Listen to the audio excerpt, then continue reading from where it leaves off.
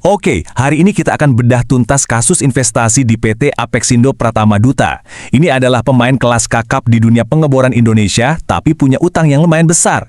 Nah, di saat yang sama, pasar energi lagi panas-panasnya. Kita akan pakai laporan mereka sendiri sebagai panduan buat mencari tahu, apakah ini sebetulnya sebuah peluang emas yang sering terlewatkan? Jadi, pertanyaan utamanya kan begini. Di satu sisi, kita punya perusahaan pengeboran legendaris dengan tumpukan utang. Di sisi lain, pasar energi lagi booming.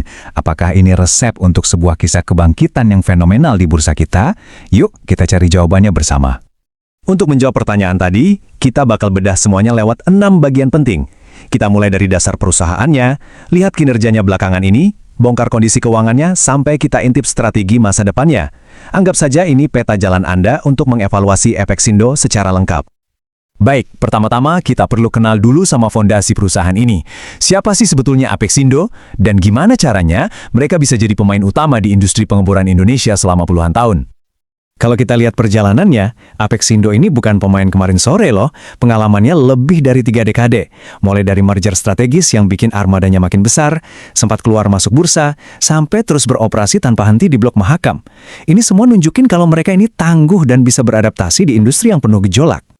Intinya begini, Apexindo ini ibaratnya tulang punggung buat eksplorasi energi di Indonesia. Armada rig mereka, baik yang di darat maupun di laut, itu jadi mesinnya perusahaan minyak, gas, sampai panas bumi untuk cari dan produksi sumber energi. Tanpa jasa mereka, eksplorasi bakal lebih sulit. Nah, kekuatannya bukan cuma di rignya, tapi juga di orang-orang di baliknya. Coba bayangkan, ada pengalaman operasional di industri pengeburan sejak tahun 1965 dari Pak Donald Kenwood. Lalu, itu dipadukan dengan keahlian finansial dan tata kelola sekelas Ernst & Young dari Pak Eka Darmajanto Kasih. Ini kombinasi yang solid banget. Oke, sekarang kita lihat performa terbarunya. Gimana sih mereka melewati pasar yang naik turun ini, terutama dalam beberapa tahun terakhir? Angka-angka ini bakal cerita banyak, jadi mari kita perhatikan. Dari sisi pendapatan, kita memang lihat ada penurunan di tahun 2023. Tapi, jangan panik dulu. Ini lebih ke arah normalisasi setelah tahun 2022 yang memang luar biasa kuat, terutama di segmen lepas pantai. Pertanyaannya sekarang, apakah ini cuma fluktuasi sesaat atau sebuah tren baru? Angka 73% ini, meskipun turun sedikit dari 84% di tahun sebelumnya, sebenarnya masih kuat banget. Di industri ini, tingkat utilisasi di atas 70% itu artinya permintaan masih tinggi dan operasionalnya efisien. Ini adalah mesin uang utama mereka. Nah, ini dia bagian yang paling menarik. Disinilah cerita pemulihannya dimulai. Coba lihat segmen darat ini. Dari benar-benar nol di tahun 2022, tiba-tiba hidup lagi di 2023. Ini bukan cuma angka ya, ini sinyal kuat bahwa perusahaan mulai bangkit dan proaktif cari kontrak-kontrak baru. Keunggulan operasional itu, kartu trufnya Apexindo. Downtime atau waktu henti rig yang cuma sekitar 1,5%, itu artinya efisiensi mereka maksimal. Belum lagi rekor keselamatan yang bagus dan hubungan puluhan tahun dengan klien raksasa seperti Pertamina. Inilah yang bikin klien percaya dan terus kembali. Oke, sekarang waktunya kita masuk ke ruang mesin perusahaan, laporan keuangannya. Mari kita bongkar neraca mereka buat lihat seberapa sehat fondasi finansial Apexindo. Ingat ya, semua angkanya dalam dolar Amerika. Seperti yang bisa kita duga dari perusahaan pengeboran, ya sebagian besar asetnya itu ya rig-rig mereka yang mahal itu. Aset-aset inilah yang jadi sumber pendapatan. Jadi kondisi dan nilai dari rig-rig ini jadi sangat-sangat krusial untuk valuasi perusahaan secara keseluruhan. Dan inilah inti dari beban yang dari tadi kita bicarakan. Utang jangka panjangnya 161 juta dolar dan mayoritas, yaitu 123 juta dolar, berasal dari restrukturisasi utang. Ini seperti pedang bermata dua. Di satu sisi menyelamatkan mereka di masa lalu, tapi sekarang jadi tantangan yang harus dikelola dengan sangat hati-hati. Nah, soal PKPU ini penting banget buat kita pahami. Ini bukan cuma istilah hukum, ini adalah titik balik yang literally menyelamatkan perusahaan dari jurang kebangkrutan. Dengan menata ulang utangnya, Apexindo bisa dapat napas baru. Memahami ini adalah kunci untuk mengerti kondisi keuangan mereka hari ini. Dan wow, lihat angka ini. Ini dia bukti nyata dari cerita turnaround yang kita cari.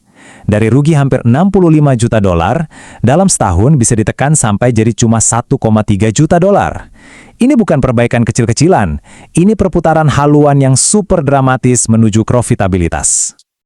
Oke, kinerjanya mulai membaik. Terus, gimana ke depannya? Apa sih yang bakal jadi pendorong pertumbuhan Apexindo selanjutnya? Kita akan lihat peluang apa saja yang ada di depan mata, sekaligus risiko yang juga harus diwaspadai. Manajemen kelihatannya optimis, dan ini alasannya.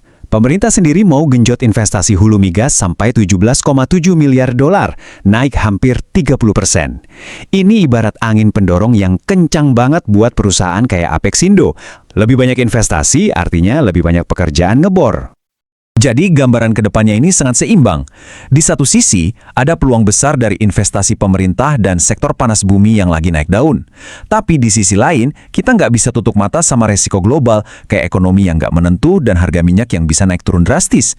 Kuncinya ada di bagaimana manajemen menavigasi dua sisi ini. Jadi, gimana cara mereka menghadapi ini semua? Strateginya simpel, fokus, dan masuk akal. Pertama, tekan biaya seketat mungkin tanpa mengorbankan kualitas. Kedua, keselamatan kerja itu harga mati. Dan yang paling penting, pastikan semua rig mereka sibuk bekerja dan menghasilkan uang. Pragmatis kan? Oke, setelah kita bongkar semua, terus intinya apa nih buat Anda sebagai investor? Mari kita rangkum semua poin tadi jadi sebuah kerangka investasi yang jelas dan praktis. Ini dia daftar periksa buat Anda. Skenario optimisnya atau bull case-nya, Anda berinvestasi di pemimpin pasar dengan operasional kelas dunia yang siap menyambut gelombang investasi energi dari pemerintah. Skenario pesimisnya, bear case-nya, Anda menanggung resiko neraca keuangan yang berat di industri yang sangat siklis. Nah, kuncinya apa? Awasi 3 hal ini, penandatanganan kontrak jangka panjang baru, pertumbuhan segmen darat yang berkelanjutan, dan kenaikan tarif sewa rig harian.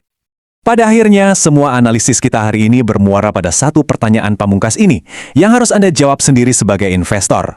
Apakah kekuatan operasional Apexindo yang sudah terbukti ini cukup kuat untuk menang melawan beban utang finansialnya? Jawaban Anda atas pertanyaan inilah yang akan menentukan apakah Apexindo adalah investasi yang tepat untuk portofolio Anda.